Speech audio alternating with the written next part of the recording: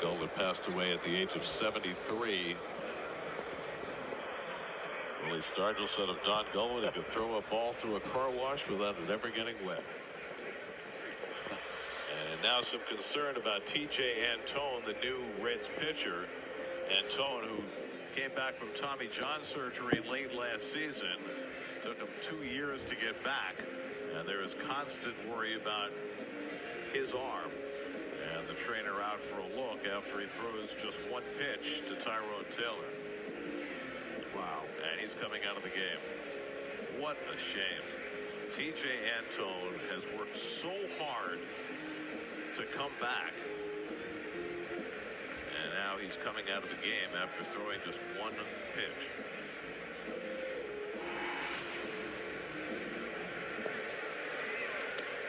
Oh, you could see, boy, you could see his reaction right away. He knew he had seriously done something, and it's not body related, it is arm related. Screaming into his glove, the frustration. Well, Ronnie, it's probably the perfect time for you and I to have this conversation. With all the news that's come down this last week with Spencer Strider and Shane Bieber and all the pitchers on the shelf right now, Jonathan Loaisiga of the Yankees just yesterday, and now he's going to have UCL surgery. I saw a stat yesterday. If you go back the last 3 years, the top 10 pitchers in baseball in ERA, 8 of them are on the shelf. The top 35, 21 of them are on the shelf. What is to be done? Well, I don't know if there's anything to be done, because it's starting at such an early point in their amateur careers. By the time they get to become a pro, they're well on their way to taxing, especially if we're talking about the ulnar collateral ligament. We're talking about the elbow. We have become very good, and people have made a lot of money in teaching young pitchers how to throw harder. But what we have now is we've rebuilt this engine that's too big for the chassis.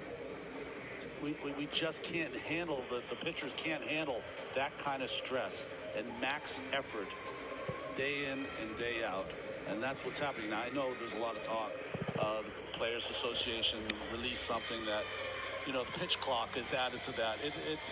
That's not it. That, you know, there's no. First of all, there's no evidence of that. That's right. Second of all, pitchers have been getting hurt at an accelerated rate since long before the pitch clock started, and it's all about chasing velocity. And I saw Dan Herron tweeted something today saying, yeah, guys throwing weighted balls against the wall with a crow hop and all of his pros clapping.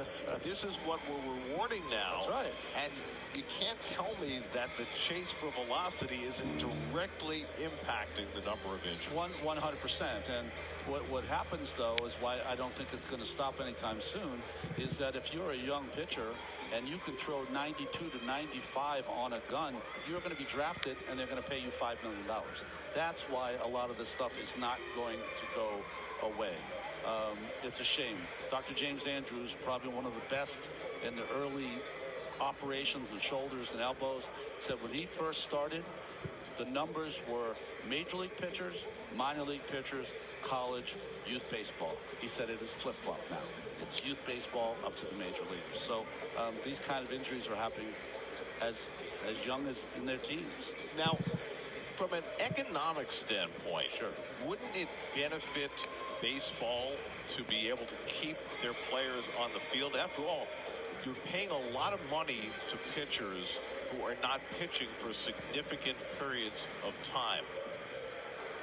Wouldn't it behoove some organization to try and do it differently? I'm surprised that someone hasn't done it. An organization maybe that doesn't have the kind of dollars, maybe like the Mets and the Yankees and other teams have. How do you win on the margins? Maybe you take a Paul Skeens from LSU. Maybe you get him to 125 pitches instead of the 100 that we use now.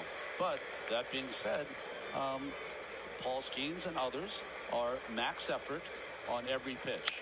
Brett Sutter comes in.